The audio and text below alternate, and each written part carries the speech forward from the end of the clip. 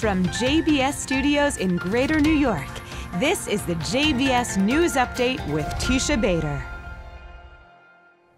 I'm Teisha Bader with the JBS News Update for Monday, April the 1st, 2019. 6 rockets were fired at southern Israel yesterday from Gaza. 5 were launched early yesterday morning. They landed in open areas in the Eshkol region. No damage or injury was caused. Later yesterday, another rocket was fired towards the area but fell short, landing within Gaza. In response, Israeli jets struck several positions of terror group Hamas in the Gaza Strip. The rockets follow massive Palestinian riots on Saturday, where some 40,000 Gazans gathered along the Gaza security fence, many throwing rocks and explosives at Israeli troops. Most, however, kept their distance from the fence after warnings earlier by the IDF. Though some small groups did approach the fence and even tried to breach it, 4 Palestinians were killed.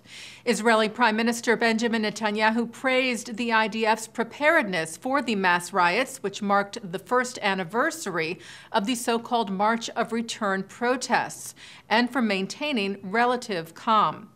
And despite the rocket fire from Gaza, Israel eased some restrictions on Gaza, reopening 2 border crossings into the area yesterday and extending the permitted fishing zone off the coast of Gaza today.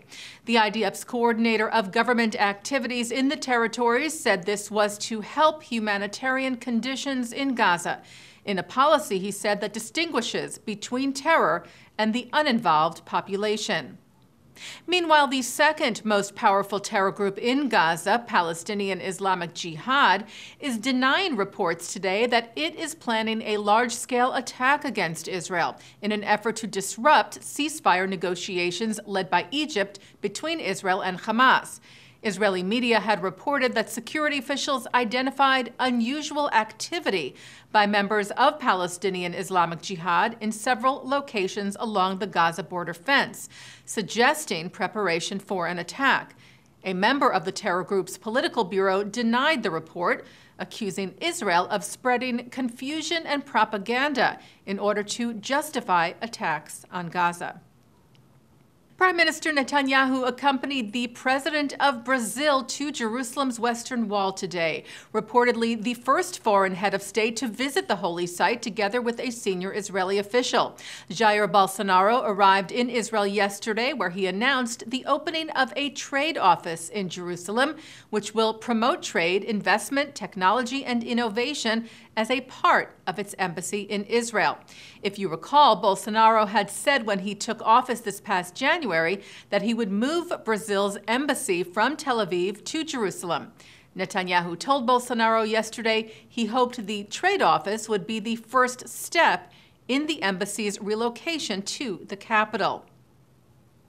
And Israel opened its first embassy in Rwanda today. Israel's Foreign Ministry Director Yuval Rotem, who earlier met with the nation's President Paul Kagame, said, "I'm certain that the opening of an Israeli embassy in Rwanda will elevate within a few years our ties to Rwanda and the continent as a whole to a much higher level."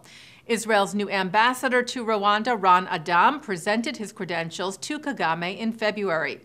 Israel and Rwanda first established diplomatic ties in 1962, but Rwanda severed those ties after the 1973 Yom Kippur War. And the embassy opening is seen as another step in Netanyahu's policy of bringing Israel back to Africa. And by the way, Rwanda's national airline, Rwandair, is scheduled to begin direct flights to Israel in the next few months. Israeli and American troops concluded a 4-week-long air defense exercise yesterday with the deployment for the first time of the THAAD missile, the U.S.'s most advanced missile defense system.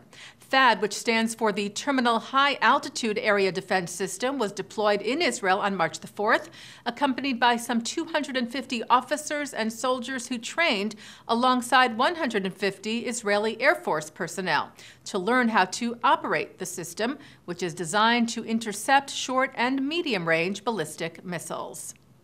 Well, the Israeli lunar lander is almost ready to leave the Earth's orbit. Bereshit successfully completed another maneuver this morning, and SpaceIL and Israel Aerospace Industries engineers are now assessing those results to see if the lander will need to make another alignment before it enters the moon's orbit this Thursday. Engineers also shared a photo taken from Bereshit passing the Earth yesterday for the last time from a distance of about 9,941 miles. Bereshit is set to land on the moon in 10 days. Taking a look now at our programming for tonight on JBS from Monday, April the 1st. At 7 o'clock, it's The Wisdom of Dr. Ruth. At 7:30, screenwriter and actor Avi Nesher talks about his family's history in the Holocaust on Jewish Cinematheque.